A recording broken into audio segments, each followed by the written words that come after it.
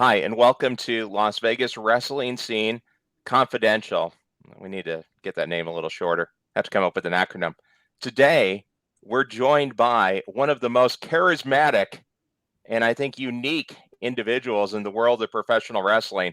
He's doing some vocal exercises there. The man who re-imaged Ground Control, Ricky Tenacious, the songbird of professional wrestling, joins us. Hi, Ricky. Hello. Hi, everyone. So happy to be here. Thanks for that most tenacious introduction you gave me. Thank you very much. Happy to be here. Happy to talk about myself and BBW and everything in between, my friend. Yeah, it's an inspiring entrance. I think David Bowie himself would have been proud. I don't know what Thank Sandra you. Moon thought about it, but it was really neat. Now, Yeah. when I watch you, you remind me of some of the great characters in professional wrestling. What inspired you to bring your songbird skills, your lounge biggest lounge singer skills to the professional wrestling ring?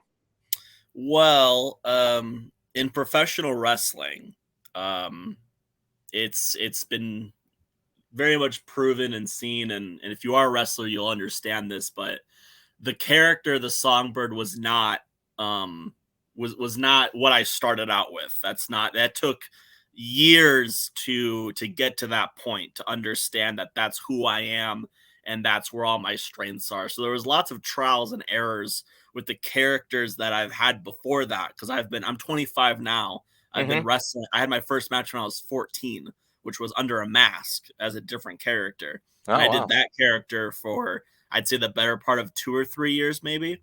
And then I got out of the mask and I just started being Ricky. But because I spent so much time under the mask, and this transition from the mask to being Ricky to without the mask was kind of like, okay, it was slowly figuring out who I was. At first I was kind of this kind of confusing character. I came out in like a blazer because that was like my thing at that age. I liked blazers. Hmm.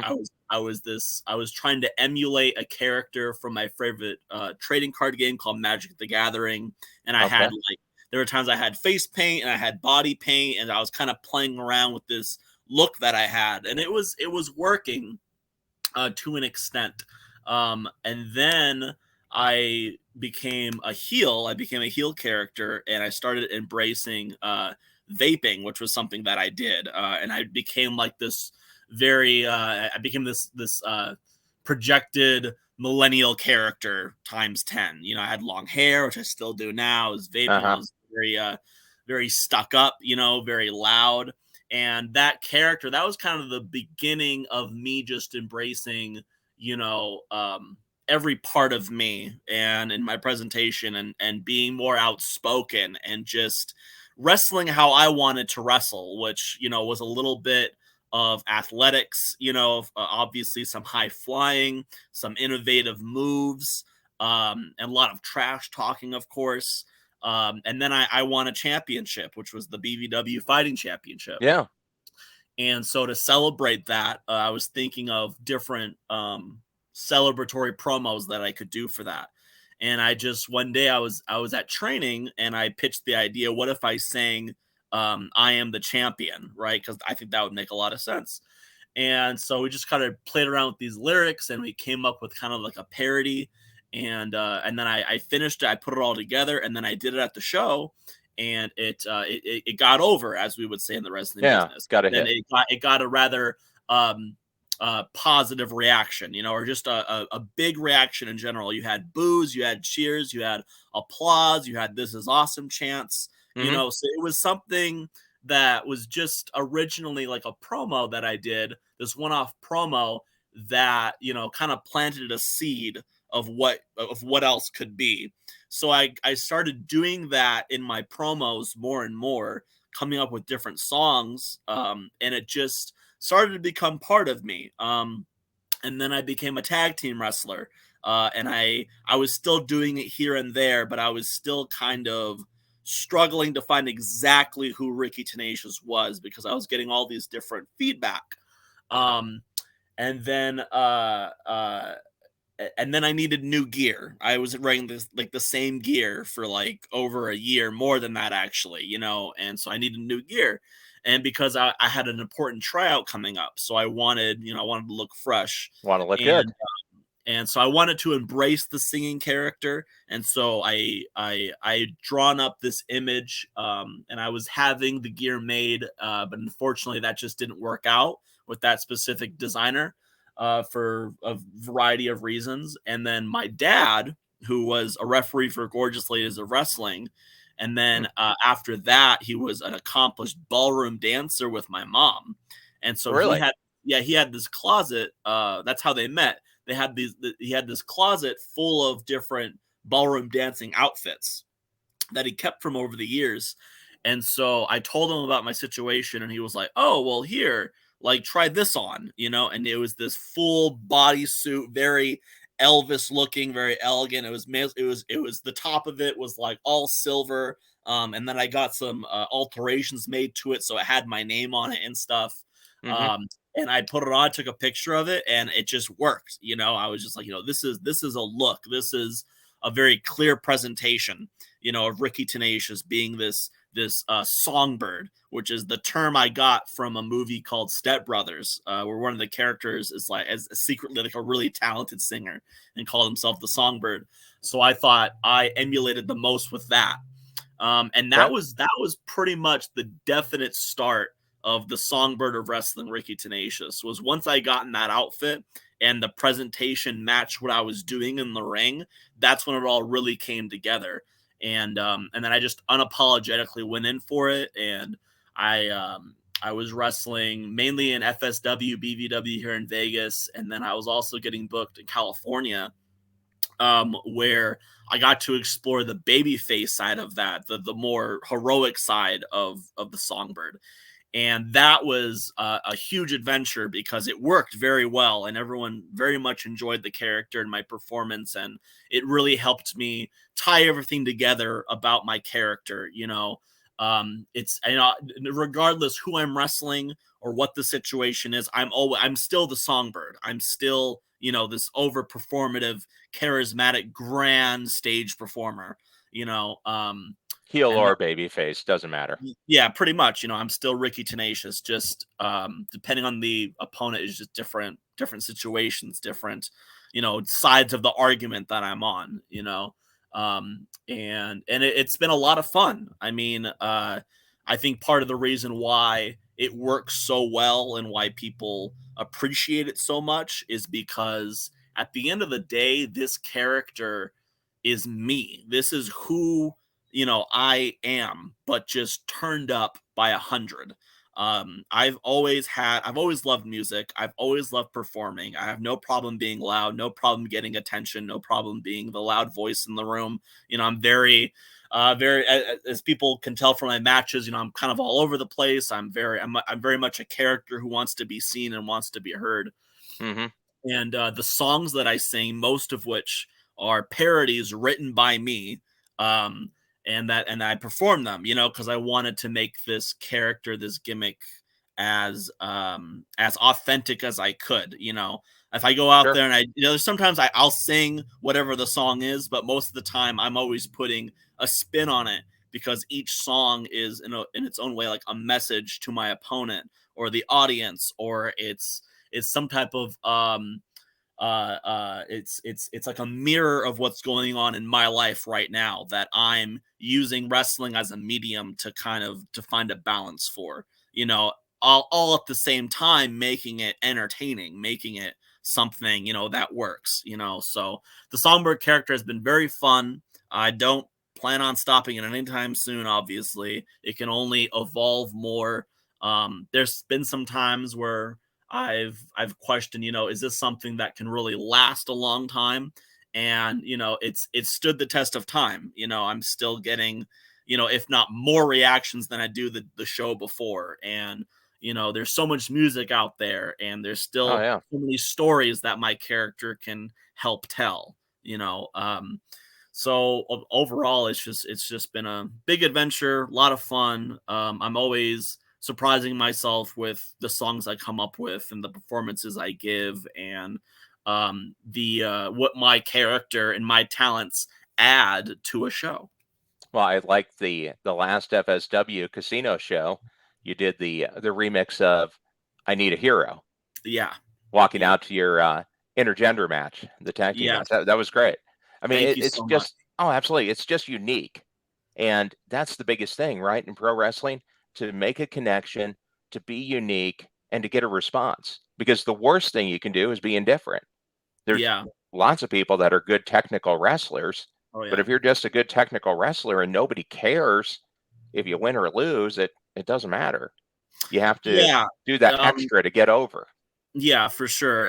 You'll hear a lot on commentary in my matches, depending on where they are, of course. Hmm. There's commentators that will put me over as, I'm a very talented wrestler. Like, I can wrestle. I know how to technically wrestle. I can do technical wrestling. I can do lucha. I can do high flying. I can do striking, because at the end of the day, the marquee on the board for this show, it says wrestling. So that's what I'm here to do. Hmm. But the beauty of pro wrestling is there's so many genres and it welcomes so many different characters and things that from different shows and movies. And, at the end of the day, it's just the characters you see are results of trial and error. And most of the time, like I said, it's just who that person is, but times 10, or it's a part of them that, they feel most comfortable elevating in professional wrestling.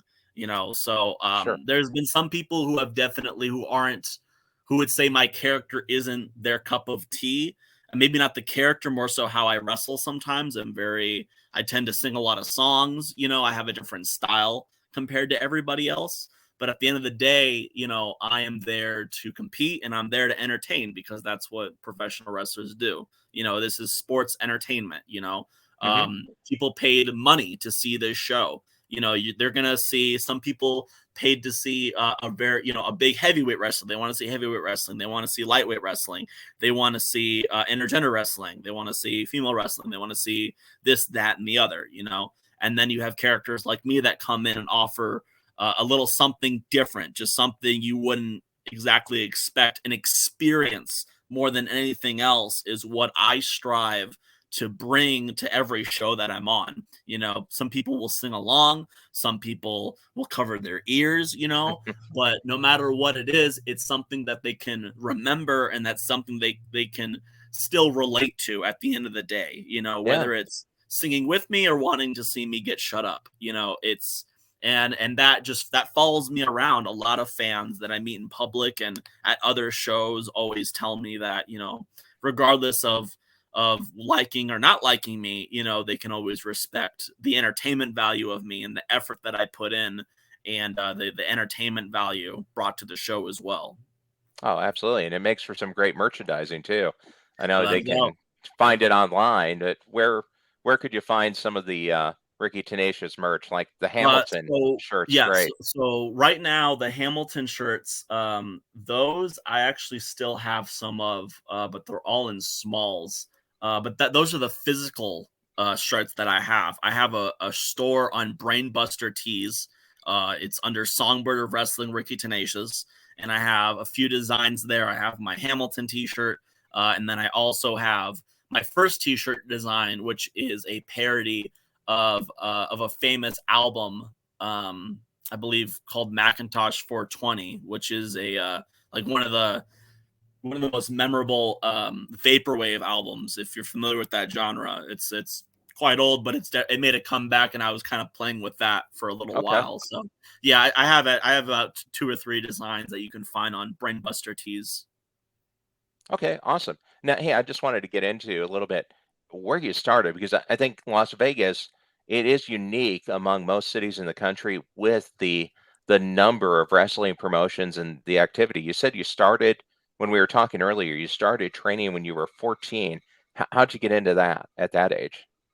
Well, as far as like wrestling in general goes, I started wrestling when I was, I'd say, 7, I Okay, think. 7. Yeah, I was because I started with collegiate wrestling first, the juniors division of mat wrestling, like Greco-Roman sure. freestyle wrestling.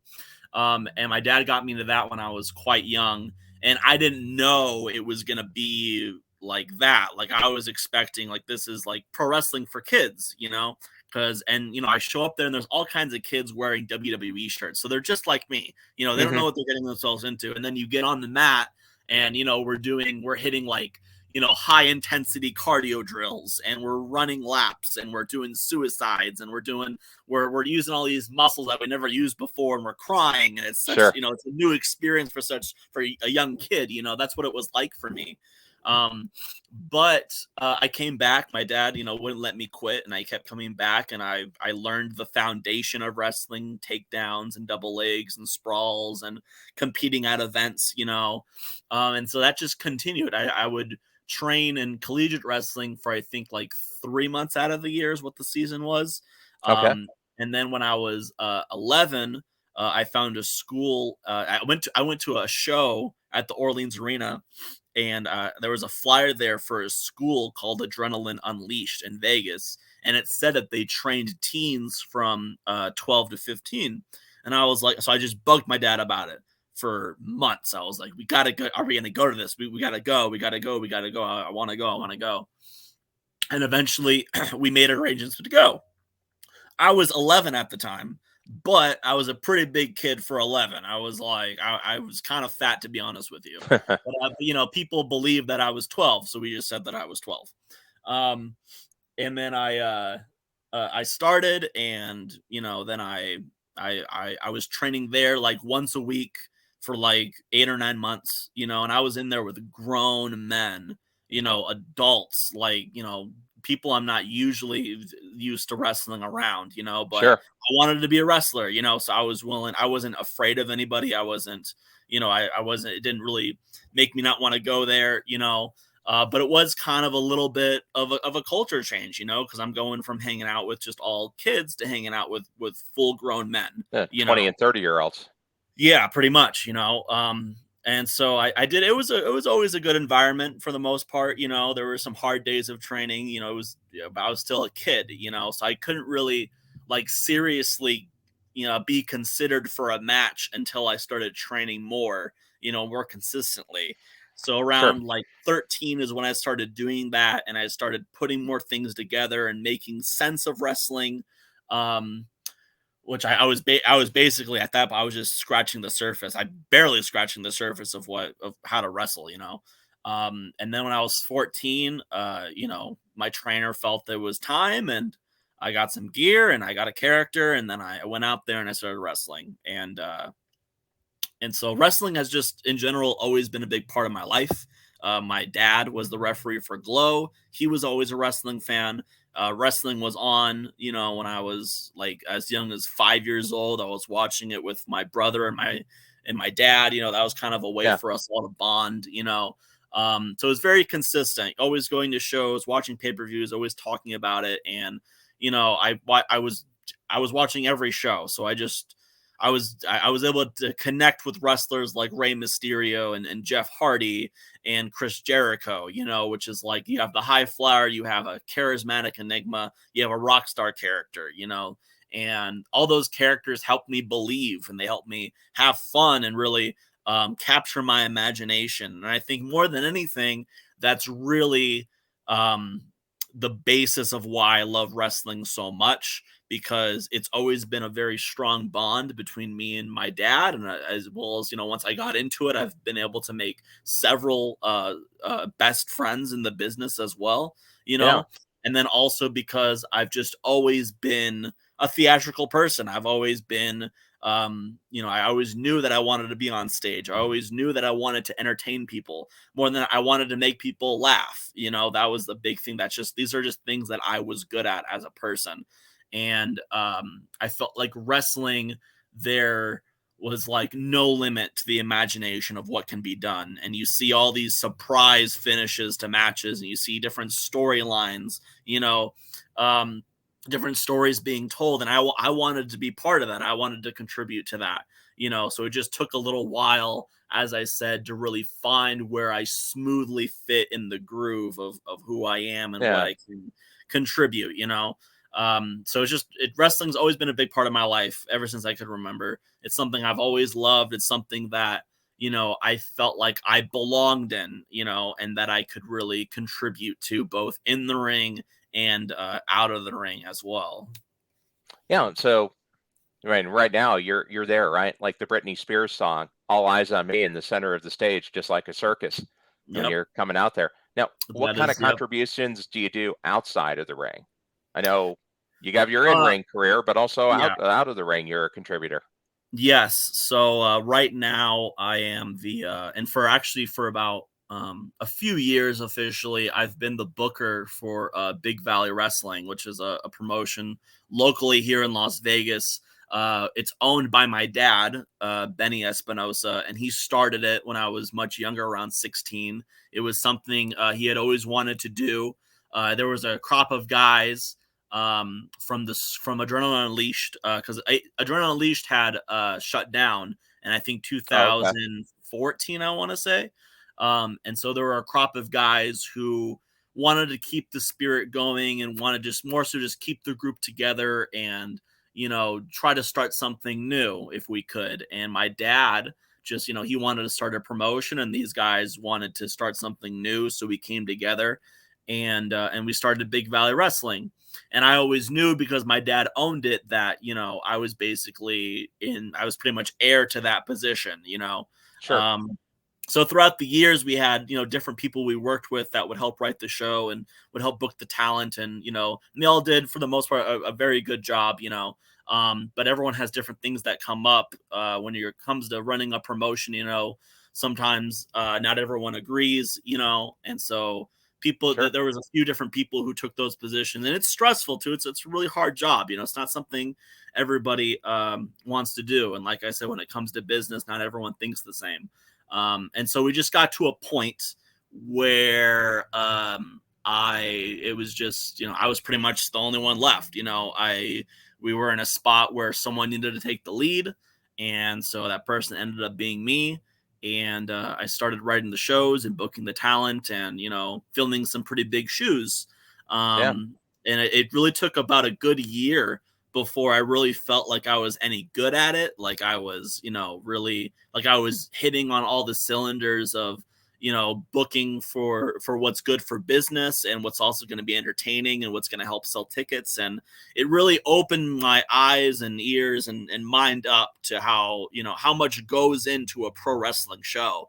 It's not just, okay, we set up the ring and the wrestlers are here. Like, there's a lot of people in positions that are helping everything move smoothly and making sure the show looks good and make sure everyone who's part of the show looks good, so everything works together. And so ultimately my job wasn't just putting together the show, it was making sure that everyone knew what they were doing, making sure people are selling tickets, and really being the manager of the company, essentially. Yeah. And then working with my dad as well, because he works a full-time job. He still has a family at home. He's got, all these responsibilities, so it's been a big learning experience for sure doing it. Lots of trial and errors. But now today I definitely feel more confident in my abilities, obviously. And I've definitely appreciated the opportunity that Big Valley has given me to not just gain, good people skills and good business experience, but also it's been a place for the 9-year-old version of me to really play around. Because when I was young, I would always play with action figures, and I Yeah. had all the You're. play sets, and I would Yeah. make these fantasy cards, and I would play, and I would make them come to life in my room, when I was playing. And now it's like, fast forward, I'm a grown ass man now, and now I'm actually doing that, but it's actual people, and Yeah. wrestlers, and there's an actual ring and a show, and people are paying actual money, and it's been a lot of fun. Like I said, it's not the easiest job in the world, but it's definitely made for a lot of great times, some of the best times in my life, some very successful days, and I don't think I would trade it for anything, because wrestling is more than just being a wrestler. It helps you a lot Yeah. to know how to operate backstage and on stage. You know, it helps me when I go to other promotions. You know, I know I have an idea of what the promoter, the booker is thinking. You know, I can tell when they're in promoter mode, and you know, you should probably really pick and choose when you talk to them. You know, Sure. yeah, just how to be a helpful asset around the show. You know, thinking about what is it that I wish somebody did at my show. You know, what are the questions I wish they asked me. You know, things like that. So primarily, it's been with booking and heading up promoting as well. You know, the business side of things. I still work with my dad on a lot of things, a lot of the final decisions, but for the most part, um, I've pretty much been managing the business. You know, and then with that comes, you know, I'm also a video editor. You know, so I have Okay. I'm able to apply my creativity there and all the short films I make, and I help some fellow wrestlers with their promos as well. And yeah, man, it's just there's really just a little bit of everything when it comes to wrestling. Like Yeah. you should really know how to do a little bit of everything. Like when even if it's you're just starting out, you should know at least how to ref. You know, you never know when a spot's gonna come up. You know, or just be at the show. You know, a promoter could see you and be like, oh, well, this person's trained and they kind of fit this role that I have for this show. Yeah, You and know, you got your duffel bag of gear with you. You're ready to go. exactly. I, Always bring your gear. I don't think I think it kind of slights the job when you say a booker because I don't know if a lot of people that are casual wrestling fans realize that job you're really basically like the general manager of a team. Um, Yeah, People who follow the big primetime televised promotions, AEW, WWE, there was a myriad of stories over the last year about people having disputes, people getting in yeah, arguments. Just yeah, after the big AEW event, there was a backstage fight.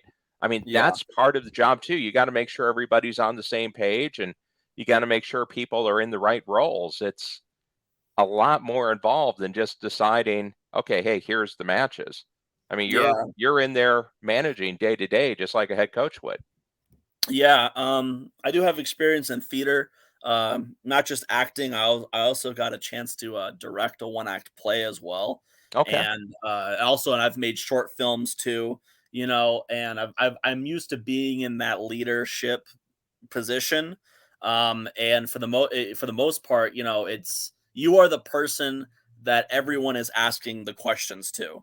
You know, everyone needs answers. You know, hey, how long are we gonna go? You know, where's this gonna go? You know, where's this show at? You know, what time you got to be there? What do you want out of this? You know, A, B, C, D, E, F, and G. You know, so I among all the shows I've done, social media helps me a lot to communicate with wrestlers. So I use Facebook Messenger for a lot of group chats, and I also have private groups where I post updates. So that way everyone knows everything they need to know by the time we get to the show. But okay, even then, now it's the day of the show. You got to understand that the card is always subject to change, and things are what someone may tell you one week is going to happen could very well change within 2 hours of being told that. You know, sure, just because wrestling is so unpredictable and you're dealing with people, you know, these are pro wrestlers, yes, and they're used to that lifestyle, but they're still people, you know, they still have lives and things happen. There's not one show that I've done that I've booked that everybody was able to make it for. I mean, it's probably a really, few where everyone yeah, made it, but you know, at least every other show, I'm sure every booker and promoter can attest there's always that one person that can't make it for whatever reason. Car broke down, got called into work, double booked themselves, whatever it is, you know, and now you have to have a backup plan. So when things like that happen, you know, and it's go time, and you know, that's when you really have to be the captain of the ship.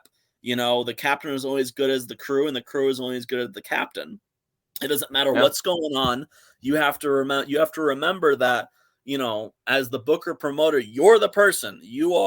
This is your show. You know, you're the boss of this. You know, if you're angry, it's very well everybody else can be angry. If you're not in a good mood, it's going to be hard for everybody else to be in a good mood. You know, sure, you have to lead by example. You know, you have to make sure everyone keeps a positive attitude. You know, um, no matter how many questions there are, what the subject matter is, you can always look at it in a positive light. You can always embrace things that might seem difficult. Sure. I've become very good at controlling my emotions.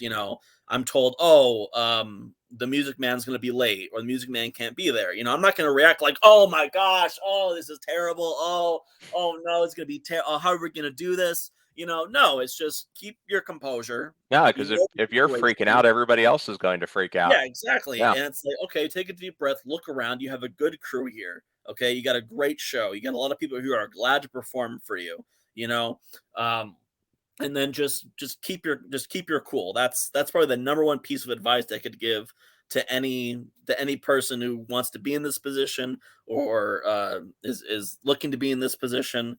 You are the captain of the ship. You got to lead by example. You got to make sure you're on your game and everyone is happy. And it's hard to make everybody happy. But at the end of the day, my job is to make sure that this show goes as safely as possible and it's as successful as it can be. I'm not too involved in the matches. I like to give the wrestlers freedom of what they're gonna do, but Okay.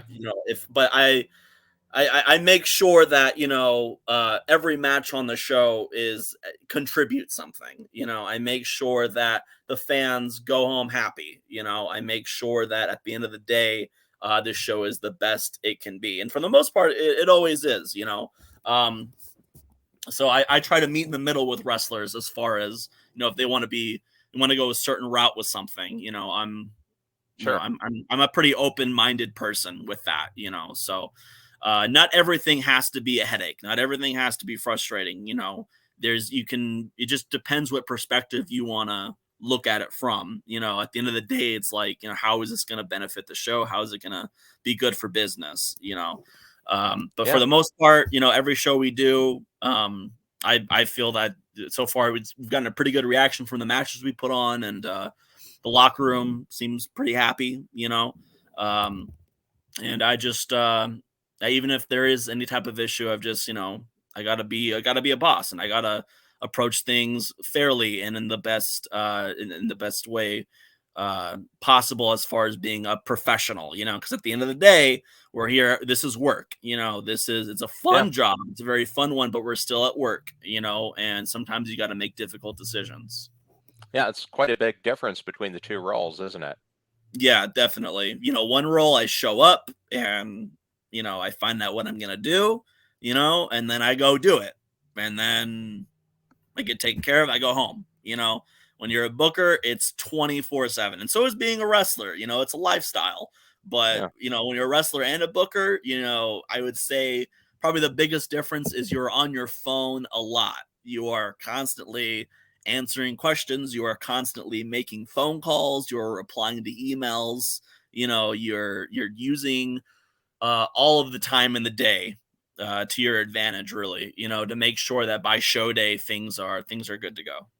And using different skills that you picked up from different areas, like you said, directing a play. I mean, Yeah, it's a terrific skill. You probably didn't really think at the time that that was going to apply to wrestling, but it does. And editing video, it applies too. What's yeah. some stuff coming up in Big Valley Wrestling? So recently we've been really busy. Business has definitely been booming.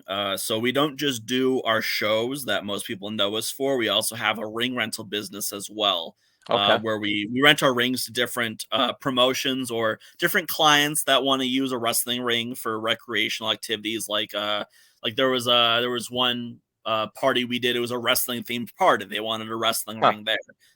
And so we deliver it. We have a trailer, we deliver, we set up, they use it, we come, we pick it up, we tear it down, we load it back in. And we've been doing a lot of that for various reasons. We had a boxing event the other week. We recently just started working with Grap House Wrestling here in Las Vegas as well. Sure. For October, we have a lot of different things we're doing. We're taking part. Our ring is going to be rented to a show called Chokehold Wrestling, which is going to be at Area 15. And they are a extreme drag wrestling show, so very different there. if you want Okay. to check that out. That's going to be coming up first week in October. And then we're going to be working with Grap House more. Very excited about that as well. Sure. A few other recreational private rentals. So the ring rentals definitely help just expand our business. Work with more people, help expand the wrestling community. Put our trailer to work. Hmm. And it's just, at the end of the day, it's just something that's been really great for business. Something that keeps us going, creates new opportunities for us. So we've been doing a lot of ring rentals, really happy about that. As far as shows go, we are very busy coming up. This Sunday, which is going to be September 18th, I think this is going to air next week, but this Yeah. Sunday, September 18th, is East Side Showdown, which is a show we're going to be doing at the Bob Price Rec Center here in East Las Vegas, where I grew up. Okay. And I've been trying to do a show there for about a year now. I've had that idea because I really wanted to do a show that involved the community, and especially my community, the one I grew up with. Sure. So that's kind of the basis of that, and also because in Big Valley we have, a lot of storylines that need resolving. We have matches that need to be done. Fans have been asking when's the next show, so this is it. September 18th is the next show. And then the next weekend, September 24th, we're going to go to Fremont Street and we're going to be performing at the Vegan Vibes Sin City Festival, which is a vegan food festival Okay. that I had contacted, and we are set to perform there as well. Very excited about that. And then the following weekend, October 1st, Saturday, we are going to be doing a fundraiser for Pinecrest Cadence High School, which is a charter school. And that's going to be in Henderson on their Okay. football field, October 1st, for a Clash at Cadence.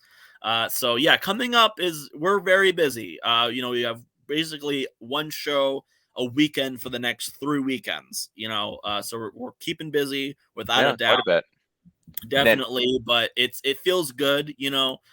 This year we've done, I believe, 3 shows. Yeah, we did Unstoppable, and then we did, which is like our anniversary show. That was a big return show. We filled up Sahara Event Center. It was a really good time. hmm, We did margaritas and tacos in Summerlin. That was the first time they ever had pro wrestling in downtown Summerlin. And then in June, we did Loud and Proud, which is our annual fundraiser for the LGBTQ Center of Southern Nevada. It's also what we would call a pride wrestling show, where we try to showcase the LGBTQIA talent in professional wrestling. Here in Las Vegas, we have several members of that: Deshade, Jay Vidal, Dark Sheik, yeah. yes. And my friends over at Pride Style Wrestling too, they're doing a great job of paving the way for that as well, putting on great shows there. So yeah, we've done 3 shows. Now we have 3 more coming up with our ring rentals. And among all of this, a really cool thing to think about is that we are going all over the valley. We call ourselves Big Valley because we're a promotion that does shows in all corners of the valley of Las Vegas. We've been in Yeah. central Las Vegas, Summerlin. We're going to be in East Side at the end of this week. Then we're going to go to Fremont. Then we're going to go to Henderson. And then in November 4th through 6th, is the Great Las Vegas Taco Festival, which is one of the biggest festivals here in Las Vegas, over Okay. 20,000 attendance a day. And we've been doing wrestling there, our Lucha Libre genre of wrestling, Lucha Libre Fiesta. That's going to be Oh, that's in neat. Midtown at Craig Ranch Park come November. So this year, while we don't necessarily do as many shows as some of the other local promotions in town, we have decided to take more of a calculated approach this year as far as what's going to be the most successful thing for us, and if that means doing one show every 2 months, then it means doing one show every 2 months. If it means just focusing on, our fundraisers and our festival shows, and then putting on some independent shows, then, that's good. And so far, everything we've done has been very successful. I would like to do more shows, but we've had to be a little bit more patient, and it's definitely paid off. You Yeah. know, like I said, every show we've done, Unstoppable was packed over 300 people at that one. Loud and Proud was very successful, over 150, nearly the capacity for that show. First time doing wrestling in Summerlin, and now I think East Side Showdown, I believe, is going to be a banger of a show as well. So no matter what we do, when we do decide to do it, our goal is just to make this the most successful it can be, and try to outdo ourselves from the last show as well. So recently we picked up a lot of business, as I've been talking about. We expect a lot more business to come about it as well. And we're excited to close out 2022 with a bang. Yeah. No, as long as you keep building on success, right? Success after success. That's great. Now, what's the website to find out more about the ring rental and to get some more details on those upcoming events? So Or we is have Facebook better? we're on all social media platforms for Big Valley Wrestling: Facebook, Twitter, Instagram. We have a website as well. It's on Weebly.com, Big Valley Wrestling /Weebly.com.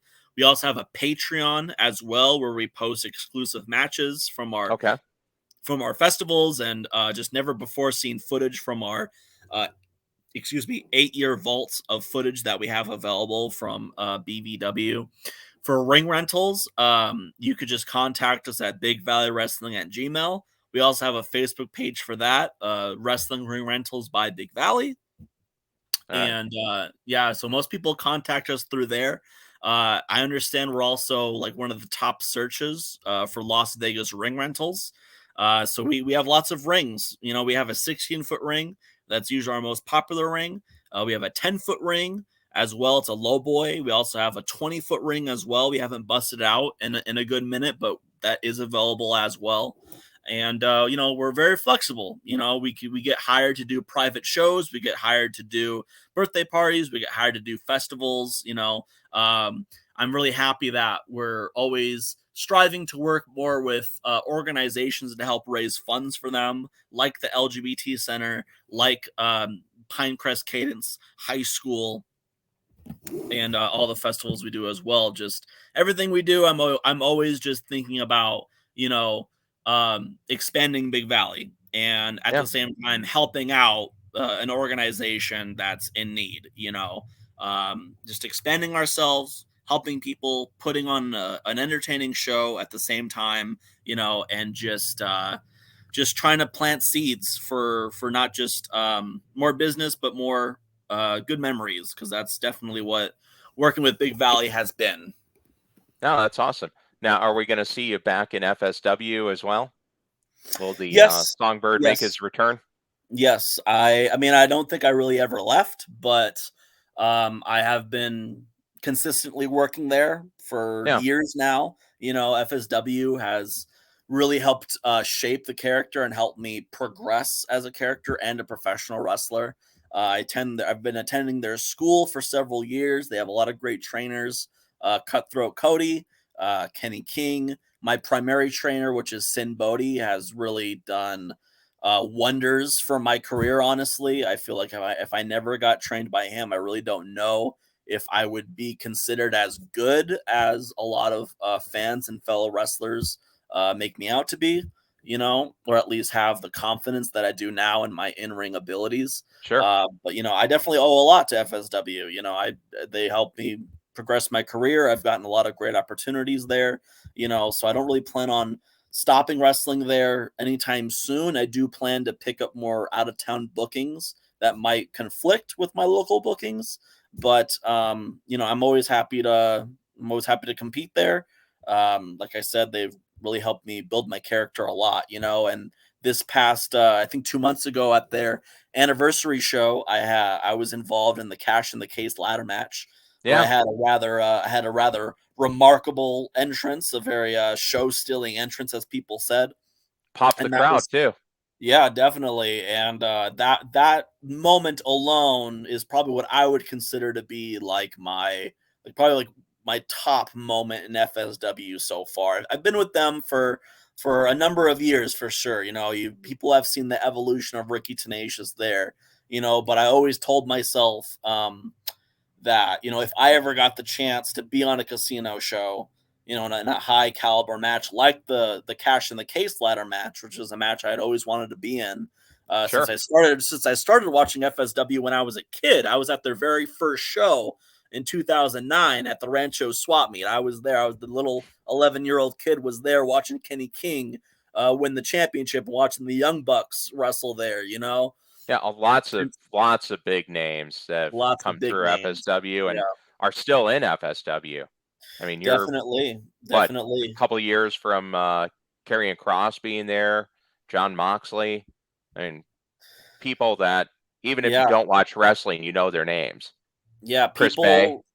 Yeah, definitely Chris Bay as well. They have a lot. They have a pretty big success rate for sure. Karrion Cross, Chris Bay, as you said, Sefa Fatu as well, who's making big waves in NXT now. Really Yeah, good to see.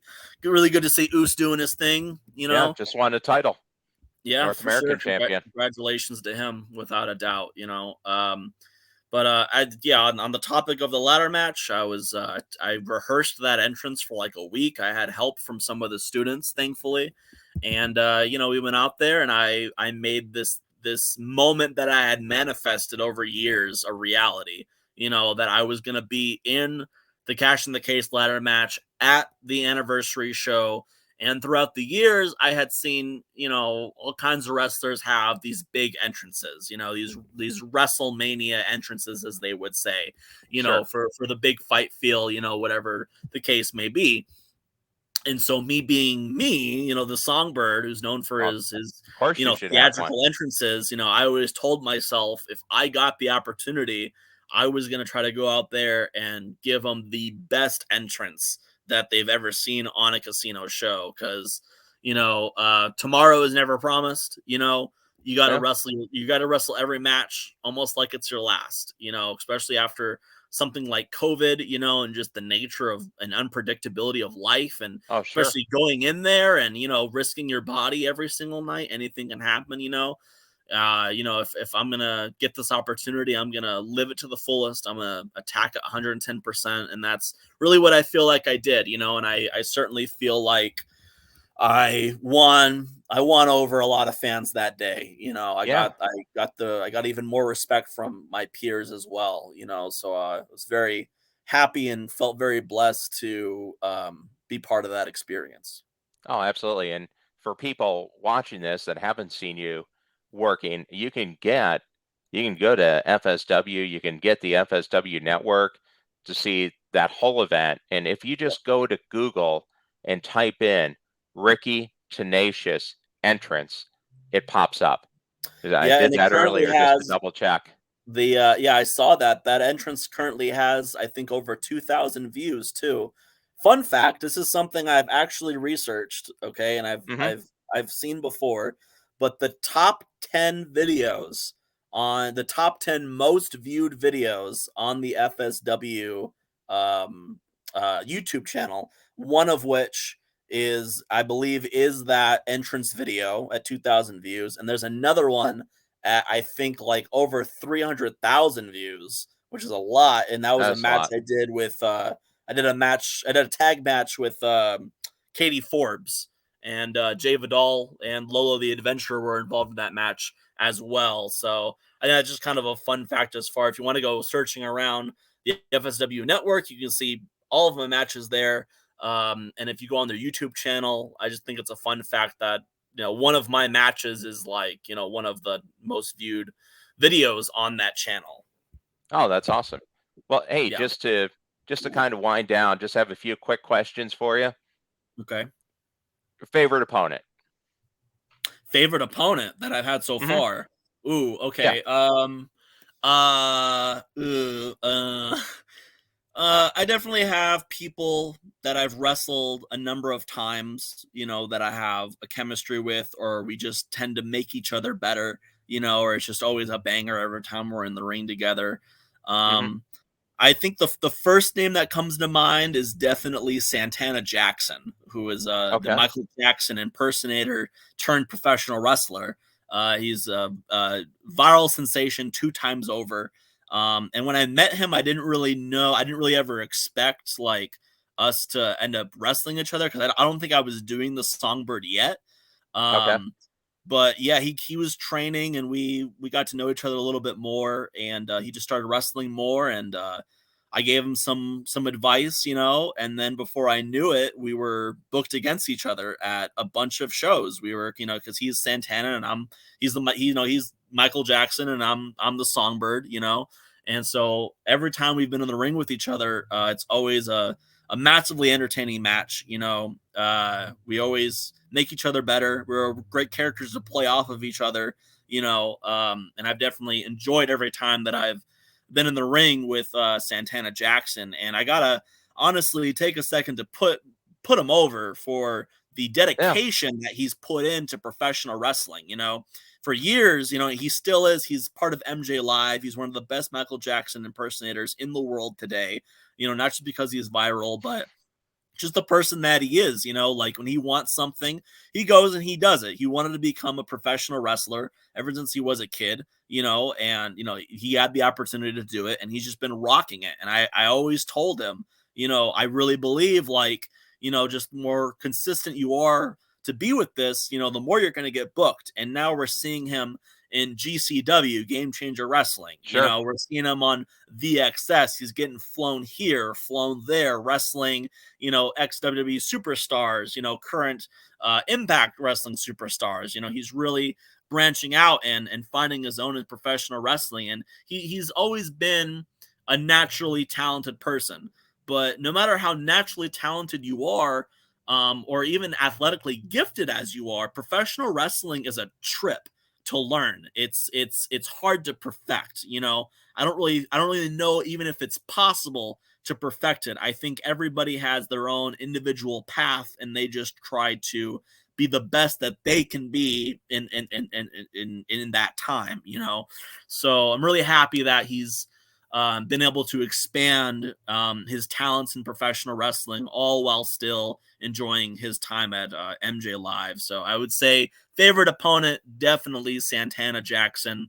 If I could name a few others, I'd probably Sure. have to say Mondo Rocks. Me and him have torn it up quite a few times. He's one half of Sky High. Sky high. Yeah. I've had a lot of tag matches with Sky High as well, so I think just Sky High in general. But I think I've had more singles matches with Mondo Rocks. I've tagged with Mondo Rocks as well in California. So me and Okay. him definitely know each other on several different cylinders when it comes to in-ring competition. Another wrestler would be Nick Xander. I mean, he's pretty self-explanatory.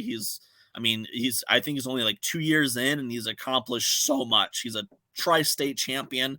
He's one of the A best heartbeat. wrestlers on the West Coast today. Up and comer for a Young Lions Cup tournament. He deserves all the credit in the world. And then I'll wrap it up. I mean, there's lots of people on this list. Don't get me wrong. I don't want Oh yeah, anybody no, to I don't want box to slight anybody. yeah, but I do have to mention Alice Blair.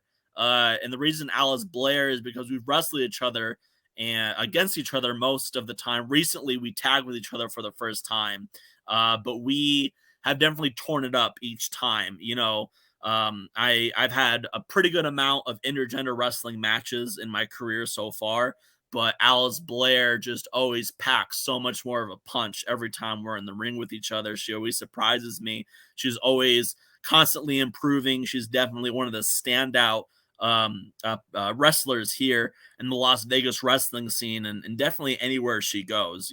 So definitely got to give a hats off to Alice Blair. And I have a feeling, we're going to be meeting in the ring again. Well, everyone I've mentioned so far, I think we're going to be meeting in the ring again. And Sure. I think every time we meet, everyone gets a little bit better at this craft. Yeah. And then last question: is there somebody you haven't had a match with yet that you really want to? I've been fortunate to make. I mean, in the Las Vegas wrestling scene, I've definitely been fortunate enough to wrestle some of the very best. I wrestled just about almost everybody. I feel like I've been able to make my rounds and mix it up with all these talented wrestlers. New wrestlers, veteran wrestlers. People I could definitely learn a thing or two from, or people that I wouldn't necessarily be ashamed to lose from. If I'm going to lose to this wrestler, like I was able to hang with them.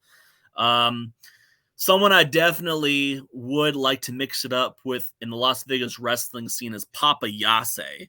And Papa Yase, because I don't think, as far as I can recall, I think we've had a few matches, I think tag team matches together, but I Okay. think as far as a straight up singles match, that has not happened yet. And I know 2022 has been the year of Papa Yase. I maybe 2021, 2022, everything he's been doing since he came back on the scene, has been absolutely extraordinary. He's very good at reinventing himself, always with innovative move sets like the Chastity, which has knocked out pretty much every opponent he's had, you know, um, and also because me and Papa Yachts, they go way back. Me and him started training at Adrenaline Unleashed when I was a teenager, and he was Okay. just breaking in. I've seen the evolution of him. He went from being like a Power Rangers esque Jace Battle, and then he turned into the Strong Style Savage, which ended up becoming one of the most popular characters in the history of Vegas wrestling. I don't think I've Hmm. ever seen a wrestler get quite the positive and embraceful reaction that Jace Battle did when he was going into the No Limits title scene in FSW. And I would know because I was the announcer for the match that he won it at. So Okay. I've been there for a lot of his highs, some of his reinventions, and now I think Papa Yase is definitely a big culmination of everything he's learned in professional wrestling. And I want a piece of that. And I want a piece of it in the form of a one-on-one match with Papa Yase. He was one of the longest reigning Party Hard, I think Party Monster champions for Party Hard Wrestling. He was the Battleborn champion for Versus Pro. Now Okay. he's the current Las Vegas champion for Big Valley Wrestling. Before that, he was a fighting champion. And I mean, I'm not sure what the future will hold. I would hope, we'll see. Only time will tell. But